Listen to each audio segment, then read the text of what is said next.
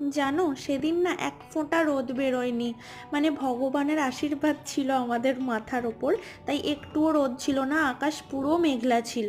আর চারিপাশ দেখছো কত ফাঁকা, এখনো লোক আসা ভালো শুরু হয়নি। তার মাঝখানেই আমরা কিন্তু ব্রেকফাস্ট করে নিচ্ছি, যদিও একটু দেরি হয়ে গেছে, তবুও ব্রেকফাস্ট করে রুম্পাদি এনেছিল কচুরি, ওগুলো কচুরি আর আলুর দম। আর আমি নিয়ে গিয়েছিলাম বিরিয়ানি।